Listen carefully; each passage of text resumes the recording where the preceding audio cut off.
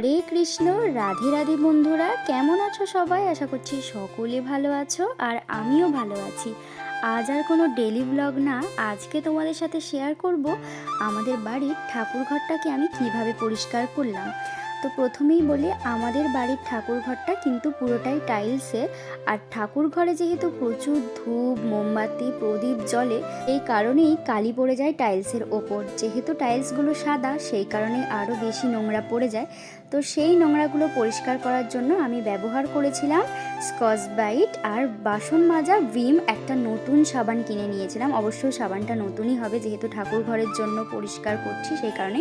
আর ঠাকুর ঘরের এই মেঝেটাও যেহেতু শ্বেত পাথরের, সেই কারণের জন্যই সিরিজ কাগজ দিয়ে ভালো করে মেঝেটাও পরিষ্কার করে নিয়েছিলাম। আর যেহেতু জন্মাষ্টমী একদমই কাছে, সেই কারণে গোপালের জামাগুলো একটু গুছিয়ে নিয়েছিলাম। দেখা হবে পরের ভিডিওতে। রাধে রাধে।